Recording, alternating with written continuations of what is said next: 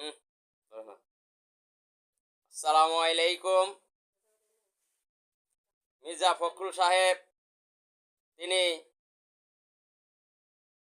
বলেছেন আমরা আওয়ামী লীগের সমস্ত মামলা তুলে নিব। মির্জা ফখরুল সাহেব আপনাকে বলবো, আপনি আওয়ামী লীগের সব মামলা তুলে নেওয়ার আপনি কে? আওয়ামী লীগের নামে মামলা হয়েছে, এটা বিচার প্রক্রিয়াধীন। এটা আদালতের মাধ্যমে, আইনের মাধ্যমে যদি তারা খালাস পায় খালাস পাবে, সাজা হইলে সাজা হবে। কিন্তু আপনি আমি তো তাদেরকে ক্ষমা করতে পারি না। তাদের মামলা তুলে নেওয়ার আপনার আমার এখতিয়ার নেই।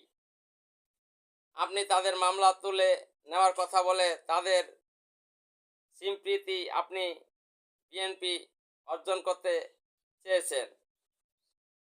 আপনারা সিম্পতির ব্যবসা করেন। 16 বছর তো আপনাদের অনেক নেতা আওয়ামী লীগের সাথে যোগসাজশ করে চলেছে, নিজেদেরকে রক্ষা করেছে। এখনো আপনারা সেটাই চান। আপনারা চান না এদেশে বিকল্প কোনো শক্তি রাজনীতিতে আসুক।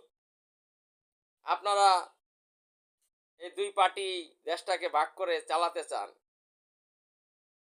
যে আমি চালাবো 5 বছর, তুমি চালাবা 5 বছর, আমরা দুই দলই থাকবো। এদেশে যেন আর নতুন কোনো দলের উত্থান না হয়। আপনার নেত্রীকে জেলে দিয়েছে, জনাব তারেক রহমানকে বিদেশে পাঠিয়ে দিয়েছে, আপনাদেরকে মাঝে মাঝে অ্যারেস্ট করতো, লোক দেখানো, আবার ছেড়ে দিত। এখন আবার আপনারা যখন দেখছেন যে আপনারা ক্ষমতায় যেতে পারবেন না, তখন আপনারা আওয়ামী লীগকে বিভিন্ন সুযোগ সুবিধা দিতে চাইছেন। আপনারা ক্ষমতায় গেলে তাদের মামলাগুলো তুলে নেবেন। আপনারা ক্ষমতায় যাইবেন, এটার গ্যারান্টি কি? ক্ষমতায় তো অন্য কেউ যাইতে পারে। আপনারা যখন ক্ষমতায় যাইবেন নিশ্চিতভাবে বলতেছেন, তাহলে আমার মনে হয় এর ভিতরে সন্দেহ রয়েছে।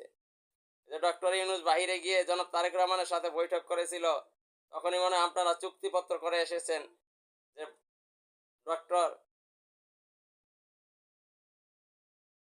ফখরুদ্দিন সাহেব,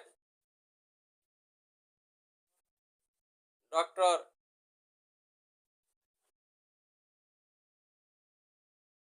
নোবেল বিজয়ী ডক্টর ইউনূস সাহেব আপনাদেরকে ক্ষমতায় বসিয়ে উনি চলে যাবেন। না হলে আপনারা কিভাবে বলেন যে আপনারা আওয়ামী লীগের